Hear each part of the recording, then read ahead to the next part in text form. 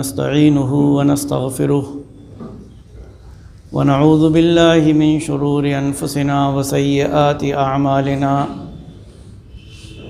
من يهده الله فلا مضل له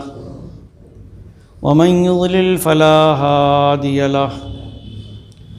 وأشهد أن لا إله إلا الله وحده لا شريك له وأشهد أن محمدًا عبده ورسوله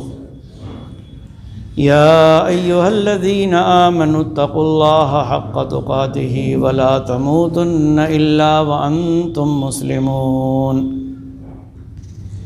يا أيها الناس اتقوا ربكم الذي خلقكم من نفس واحدة وخلق منها زوجها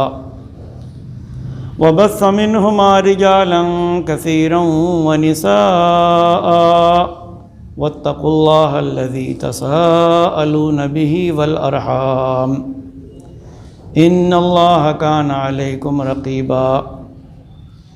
يا أيها الذين آمنوا اتقوا الله وقولوا قولا سديدا يصلح لكم أعمالكم ويغفر لكم ذنوبكم ومن يطع الله ورسوله فقد فاز فوزا عظيما أما بعد فإن خير الحديث كتاب الله وخير الهدي هدي محمد صلى الله عليه وسلم وشر الأمور محدثاتها وكل محدثة بدعة وكل بدعة ضلالة وكل ضلالة في النار أعوذ بالله السميع العليم من الشيطان الرجيم بسم الله الرحمن الرحيم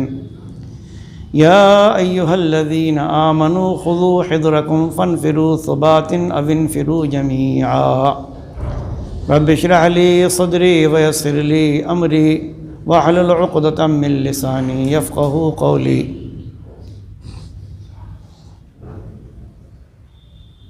حاضرین جمعہ، بزرگوں، دوستوں اور خواتین ملت اسلامیہ،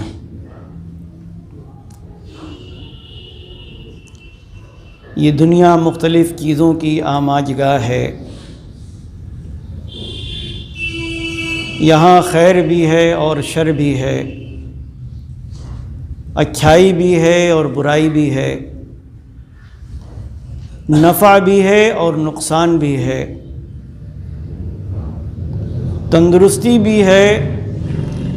اور بیماری بھی۔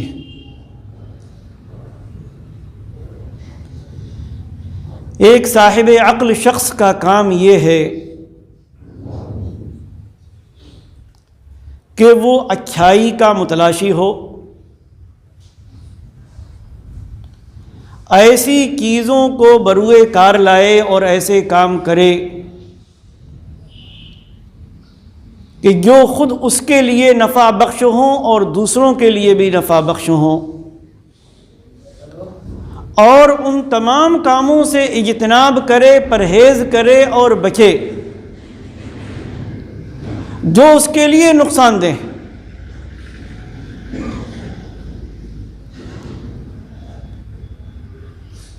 کسی اچھی چیز کو حاصل کرنے اور نقصان دہ چیز سے بچنے کے لیے آدمی اپنی محنت کرتا ہے، تگ و دو کرتا ہے، کوشش کرتا ہے۔ وہ اس میں کتنا کامیاب ہوتا ہے نہ وہ جانتا ہے اور نہ اس کے پاس اس کی کوئی گارنٹی۔ اس کا کام ہے محنت کرنا، کوشش کرنا، تگ و دو کرنا، اچھائی کو حاصل کرنے کی کوشش کرنا اور نقصان دہ چیزوں سے بچنے کی کوشش کرنا۔ اور ان دونوں امور میں، دونوں چیزوں میں ایک مومن اور مسلمان کے لیے ضروری ہے کہ وہ اپنے رب اور اپنے خالق و مالک پر مکمل بھروسہ کرے، مکمل اعتماد کرے، مکمل توکل کرے۔ قرآن مجید میں مختلف مقامات پر اللہ تعالیٰ نے اہل ایمان کو، اہل اسلام کو اپنے اور اپنے رسول صلی اللہ علیہ وسلم کے مطیع و فرما بردار بندوں کو اس بات کی تلقین کی ہے کہ وہ اللہ تعالیٰ پر بھروسہ کریں۔ کہیں کہا گیا کہ اگر تم مومن ہو تو اللہ پر بھروسہ کرو، کہیں فرمایا گیا کہ اہل ایمان کو اللہ ہی پر بھروسہ کرنا چاہیے، کہیں فرمایا گیا کہ جو اللہ تعالیٰ پر بھروسہ کرتا ہے، اعتماد کرتا ہے، اللہ رب العالمین اس کے لیے کافی ہو جاتا ہے۔ لیکن ایک چیز یاد رکھیں، یہ اعتماد،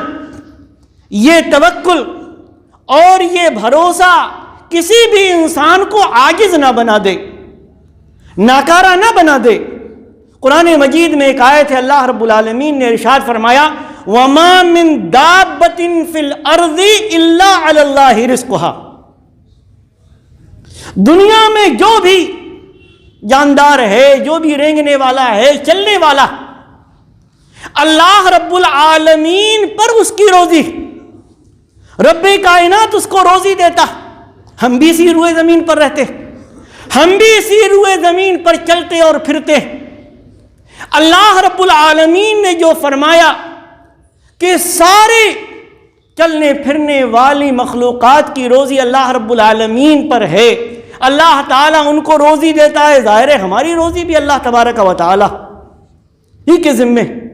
لیکن کیا یہ آیت ہم کو اس بات پر یا کسی انسان کو اس بات پر ابھارتی ہے کہ وہ کام نہ کرے، وہ محنت نہ کرے، وہ تگ و دو نہ کرے، وہ جاب نہ کرے، وہ تجارت نہ کرے، وہ دکان نہ کرے، وہ پڑھائی نہ کرے اور وہ کہیں ٹیچنگ نہ کرے؟ نہیں، قطعا نہیں۔ ایک آدمی اپنی روزی روٹی کے لیے تگ و دو کرتا ہے، محنت کرتا۔ یہ آیت بھی ہے کہ اللہ رب العالمین روزی کا ذمہ دار، اور دوسری طرف وہ آیت بھی ہے کہ جس میں فرمایا گیا، جمعہ کا ذکر اللہ رب العالمین نے سورہ جمعہ میں کیا اور فرمایا فَإِذَا قُضِيَتِ الصَّلَاةُ فَانتَشِرُوا فِي الْأَرْضِ وَابْتَغُوا مِن فَضْلِ اللَّهِ، کہ جب نماز ختم ہو جائے جمعے کی صلاۃ سے فارغ ہو جاؤ تو فَانتَشِرُوا فِي الْأَرْضِ، زمین میں پھیل جاؤ، اور وَابْتَغُوا مِن فَضْلِ اللَّهِ، اللہ رب العالمین کا فضل تلاش کرو۔ کسان آدمی اپنے کھیتوں میں چلا جائے، دکاندار اپنی دکان پر چلا جائے، آفس میں کام کرنے والا اپنی آفس میں چلا جائے، ایک محنت مزدوری کرنے والا اپنی محنت و مزدوری میں لگ جائے، کوئی اور کام کرنے والا اپنے اس کام میں لگ جائے۔ فَانتَشِرُوا فِي الْأَرْضِ وَابْتَغُوا مِن فَضْلِ اللَّهِ، یعنی اسلام، شریعت، رب کائنات، اللہ کے رسول صلی اللہ تعالی علیہ وآلہ وسلم کی تعلیم قطعاً یہ نہیں ہے کہ آدمی کو اللہ پر بھروسہ اور توکل آدمی کو ناکارہ بنا دے۔ اس کی مثال دیکھیں، ہم تو صاحب عقل ہیں، ہم تو عقل والے ہیں، عقل و خرد سے رب کائنات نے ہم کو نوازا، اس لیے ہم تو جانتے ہیں نا کہاں سے روزی حاصل ہوگی، کہاں سے نہیں حاصل ہوگی، کیا ہم کمائیں کیا نہ کمائیں۔ اللہ رب العالمین ساری مخلوقات کی روزی کا ذمہ دار، لیکن ایک بے جان مخلوق کو دیکھیں، آپ بے عقل مخلوق کو دیکھیں جس کے پاس عقل نہیں، سمجھ بوجھ نہیں، پرندوں کو دیکھیے، وہ اپنی روزی حاصل کرنے کے لیے، اپنا رزق حاصل کرنے کے لیے صبح ہی صبح اپنے گھونسلوں سے نکل جاتے ہیں دانے کی تلاش میں، اور دن بھر اس دانے کو تلاش کرتے ہیں، چگتے رہیں، اور پھر شام کو اپنے گھونسلوں میں واپس آ جاتے ہیں۔ کم سے کم ہم انہی سے نصیحت حاصل کریں۔ رب کائنات ذمہ دار ہے ان نہ بولنے والی مخلوقات کی روزی کا، لیکن اس کے باوجود رب کائنات نے اپنی قدرت کاملہ سے ان کو اتنا سکھایا ضرور ہے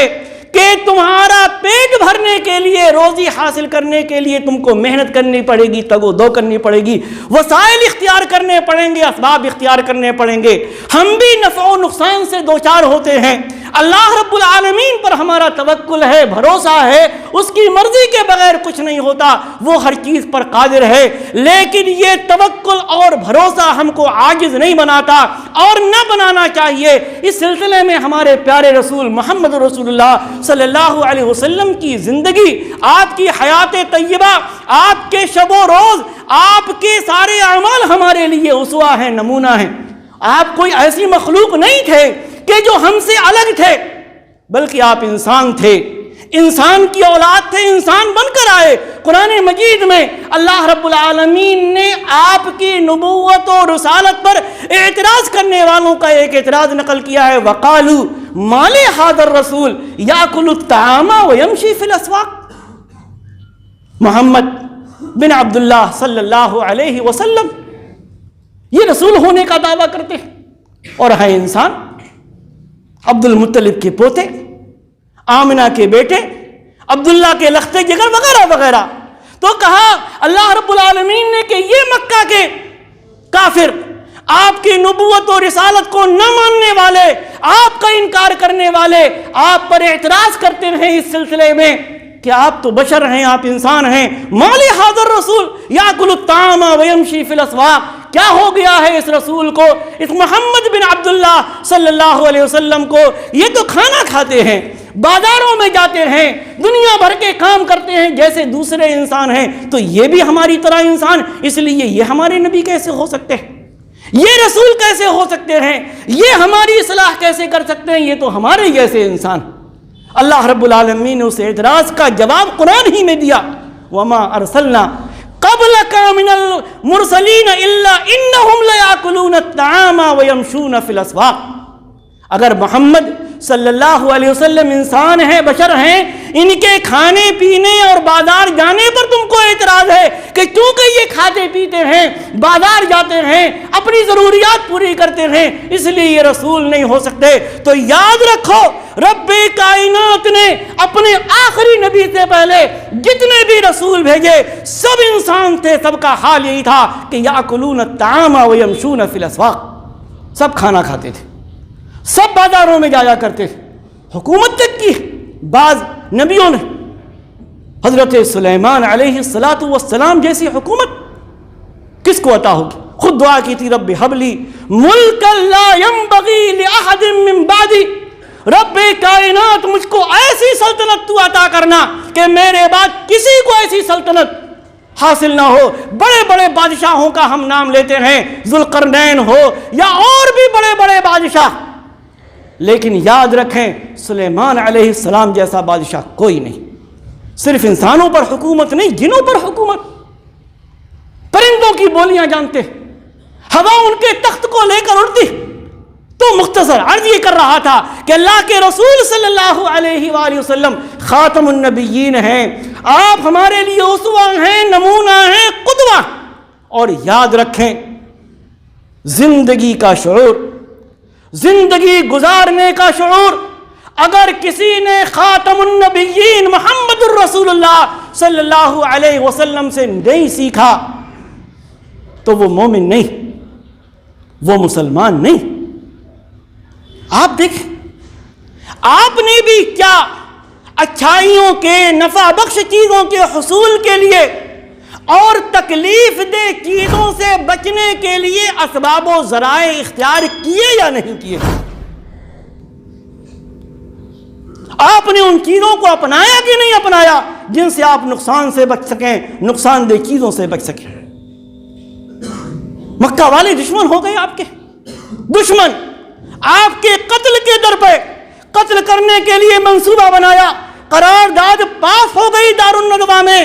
اور مکہ کے جوان تلواریں، ننگی تلواریں لے کر، بے نیام تلواریں لے کر آپ کے گھر کے چاروں طرف آ گئے، گھیر لیا آپ کو۔ آپ نکلے اللہ رب العالمین پر بھروسہ کرتے ہوئے، رب کائنات پر بھروسہ کرتے ہوئے، قرآن مجید کی تلاوت کرتے ہوئے آپ نکل گئے۔ اللہ رب العالمین نے ان پر نیند طاری کر دی، وہ آپ کو دیکھ نہیں سکے، لیکن اس کے بعد آپ نے کیا کیا ذرا وہ دیکھیے، کیا تدبیر آپ نے اختیار کی، کیا احتیاط کی۔ آپ مکہ سے نکلنے کے بعد غار ثور میں جا کر چھپ گئے، آپ چھپ گئے نبی خاتم النبیین محمد الرسول اللہ صلی اللہ علیہ وسلم، رب کائنات پر سب سے زیادہ توکل اور بھروسہ کرنے والے، جا کر آپ پوشیدہ ہو گئے، چھپ گئے غار ثور میں۔ کیا نعوذ باللہ کوئی یہ کہہ سکتا کہ پیارے نبی کو اللہ پر بھروسہ نہیں تھا؟ جس ذات نے آپ کو ہتھیار بند نوجوانوں کے سامنے سے نکال دیا، کیا وہ ذات مکہ سے مدینہ جانے کے راستے میں آپ کی حفاظت نہیں کر سکتی تھی؟ کیا خالق کائنات حفاظت نہیں کر سکتا تھا؟ کیا آپ نے ایسا کیا کہ نہیں ہم ایسے ہی جائیں گے دن ہو یا رات اور ہمیں اللہ رب العالمین پر بھروسہ ہے؟ نہیں، بلکہ آپ کا بھروسہ تھا رب کائنات پر، لیکن اس کے ساتھ ساتھ آپ نے تدبیر اختیار کی، آپ نے ذریعہ اختیار کیا، آپ نے سبب اختیار کیا مکہ والوں سے بچنے کے لیے، مکہ والوں کے نقصان سے بچنے کے لیے، مکہ والوں کی تکالیف سے بچنے کے لیے، ان نوجوانوں کے ہتھیاروں سے بچنے کے لیے کہ جو آپ کو قتل کرنے کے لیے آئے تھے، کہ 3 دن تک آپ غار ثور میں ٹھہرے رہے، 3 دن تک غار ثور میں آپ رہے، اور اس کے بعد پھر آپ نے باقاعدہ ایک رہنما لیا، راستہ بتانے والا، اور اس کی رہنمائی میں اللہ کے نبی صلی اللہ علیہ وآلہ وسلم مدینہ کی طرف ہجرت فرما گئے۔ تو ایک طرف یہ تدبیر اختیار کرنا، اور دوسری طرف اس تدبیر کے ساتھ رب کائنات پر بھروسہ، دونوں کو ملائیں تب بات بنے گی کہ جب مکہ والے ثور پہاڑ کے اوپر پہنچ گئے اور ان کے پاؤں کی آہٹ خاتم النبیین محمد الرسول اللہ صلی اللہ علیہ وسلم کے ساتھ آپ کے یار غار، سب کچھ آپ پر نچھاور کرنے والے صدیق اکبر رضی اللہ تعالی عنہ آپ کے ساتھ تھے، ڈر گئے، وہ خوف محسوس کیا، کہا اللہ کے رسول یہ تو مکہ کے لوگ یہاں تک آ گئے، اگر یہ اپنے پیروں کے نیچے دیکھ لیں گے تو غار پر ان کی نظر پڑ جائے گی، ہم جہاں چھپے ہوئے ہیں ان کی نظروں میں آ جائیں گے۔ رب پر اس تدبیر کے ساتھ کہ آپ پوشیدہ دے چھپے ہوئے تھے، اس کے ساتھ رب پر توکل دیکھیے، بھروسہ دیکھیے، اپنے ساتھی کو تسلی دلائی، لا تحزن ان اللہ معنا۔ ہم نے اپنی تدبیر اختیار کی، ہم مکہ والوں کے شر اور ان کی تکلیف سے بچنے کے لیے یہاں پر پناہ لیے ہوئے ہیں، لیکن ابو بکر یاد رکھو، لا تحزن، غم مت کرو، پریشان مت ہو، ان اللہ معنا، رب کائنات ہمارے ساتھ ہے اور وہ ہماری حفاظت فرمائے گا۔ یہ نہیں کہا کہ ابو بکر چلو یہاں سے نکل گئے ہیں، دن کے اجالے میں بھی ہم اپنا سفر جاری رکھیں گے، اللہ تحزن ان اللہ معنا، نہ، پہلے تدبیر اختیار کی، غار میں چھپ گئے مکہ والوں کی پریشانی سے بچنے کے لیے، اور اس کے بعد فرمایا کہ لا تحزن ان اللہ معنا، ہم نے اپنی تدبیر اختیار کی ہے، ہم نے اپنا کام کیا ہے، ہم نے اپنا سبب اختیار کیا ہے، ہم نے اپنی طور پر ایک چیز کو اختیار کیا ہے، باقی اللہ رب العالمین کی مرضی ہے، رب کائنات ہماری حفاظت فرمائے گا۔ اور یہ صرف ایک موقع نہیں، صرف ایک موقع نہیں، آپ جانتے ہیں غزوہ احد ہوا، غزوہ احد جس میں اللہ کے رسول صلی اللہ علیہ وسلم کو تکلیف پہنچائی گئی، آپ کے دندان مبارک شہید کر دیے گئے، توڑ دیے گئے، آپ کے رخسار مبارک کو زخمی کر دیا گیا، آپ کو تکلیف پہنچی۔ سنن ابی داؤد کی روایت ہے،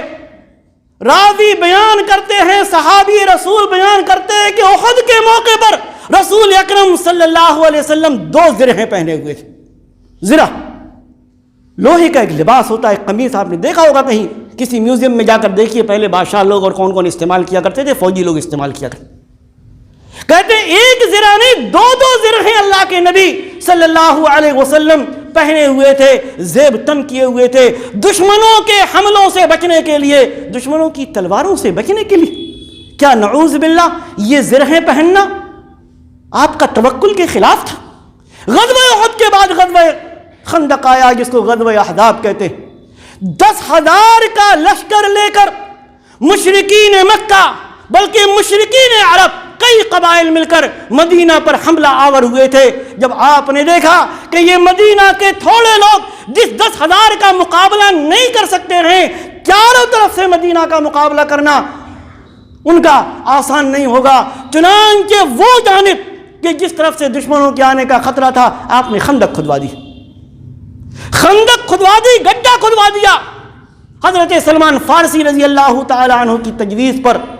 تاکہ لوگ دشمن ادھر سے نہ آ سکیں۔ یہ تدبیر ہی تو تھی آپ کی، یہ تدبیر ہی تو تھی دشمنوں کے نقصان سے، دشمنوں کے شر و فساد سے، دشمنوں کی قتل و خونریزی سے بچنے کے لیے۔ جس احد کا میں نے ذکر کیا، اللہ کے نبی صلی اللہ علیہ وسلم نے ایک پہاڑی پر اپنے 50 تیر اندازوں کو مقرر کر دیا تھا، متعین کر دیا تھا، اور صرف متعین ہی نہیں کیا تھا، آپ نے تدبیر اختیار کرتے ہوئے ان کو حکم دیا تھا کہ تم کو جہاں تمہاری ڈیوٹی لگائی جا رہی ہے، کچھ بھی ہو جائے، ہم بھلے ہی جیت جائیں یا ہم کو کتنا ہی نقصان پہنچے، تم اپنی جگہ سے مت ہلنا، تاکہ دشمن ادھر سے مسلمانوں پر حملہ نہ کر دے۔ اور اس کے بعد پوری تاریخ کہ انہوں نے جب دیکھا 50 تیر اندازوں نے کہ مسلمان فتح یاب ہو گئے ہیں، تو اس میں سے 40 اپنی جگہ کو چھوڑ کر چلے آئے، 10 بچے۔ اور اس کے بعد خالد بن ولید رضی اللہ تعالی عنہ، جو اس وقت کفار کے لشکر کے ساتھ تھے، انہوں نے اس موقع سے فائدہ اٹھایا، اور جو پہلے کی شکست تھی، پہلے کی فتح مسلمانوں کی جو تھی، وہ افراتفری میں بدل گئی۔ اللہ کے نبی صلی اللہ علیہ وسلم کو زخمی کر دیا گیا،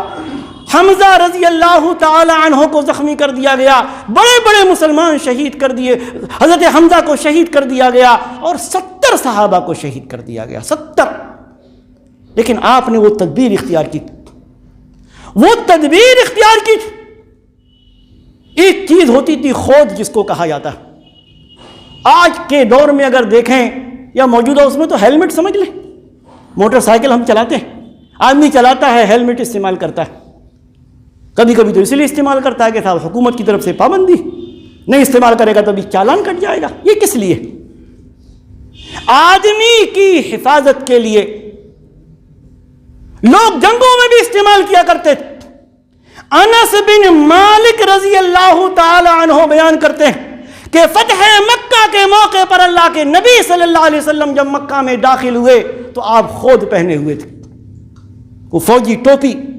لوہے کی، تاکہ کسی دشمن سے کوئی تکلیف نہ پہنچائے، دشمن آپ پر حملہ نہ کر دے۔ اور یہی نہیں بلکہ آپ نے احادیث میں مختلف دعائیں پڑھی ہوں گی۔ آیت الکرسی کی اپنی فضیلت، صحیح بخاری کی روایت کہ جو آدمی آیت الکرسی پڑھتا ہے، اللہ رب العالمین اس کی وجہ سے شیطان سے حفاظت کے لیے ایک محافظ اس کے لیے مقرر کر دیتا۔ اللہ کے نبی صلی اللہ علیہ وسلم باقاعدہ اس کا اہتمام کیا کرتے تھے، اور ہم سب کو اس کے اہتمام کا حکم دیا گیا، خاص طور سے 5 وقتہ صلوات کے بعد، فرض نمازوں کے بعد آیت الکرسی پڑھنے کی فضیلت۔ سورہ بقرہ کی آخری 2 آیتیں، اللہ کے نبی صلی اللہ علیہ وسلم نے فرمایا کہ جو سوتے وقت سورہ بقرہ کی آخری 2 آیتیں پڑھے گا، وہ اس کے لیے کافی ہوں گی، اللہ رب العالمین فتنے سے، برائی سے، شیطان سے اس کی حفاظت فرمائے گا۔ یہ تدبیر ہی تو اللہ کے نبی صلی اللہ علیہ وسلم کا معمول تھا، آپ نے ہم کو بھی سکھایا کہ آپ سوتے وقت سورہ اخلاص، قل هو اللہ احد، اور قل اعوذ برب الفلق اور قل اعوذ برب الناس پڑھ کر اپنے ہاتھوں پر پھونک مارتے تھے، اور اس کے بعد سر، چہرے مبارک اور پورے جسم پر جہاں جہاں ہاتھ پہنچتا تھا وہاں وہاں تک آپ پورا اپنا ہاتھوں کو پھیل لیتے تھے۔ کیوں؟ شیطان سے بچنے کے لیے، شیطان سے حفاظت کے لیے۔ یہ نسخے ہیں، یہ اسباب ہیں، یہ ذرائع ہیں، یہ تدابیر بچنے کے لیے۔ صحیح مسلم کی روایت، خولہ بنت حکیم رضی اللہ تعالی عنہ بیان کرتی ہیں کہ رسول اکرم صلی اللہ علیہ وسلم نے فرمایا کہ اگر کوئی آدمی کسی جگہ جائے اور ایک چھوٹی سی دعا پڑھ لے، اعوذ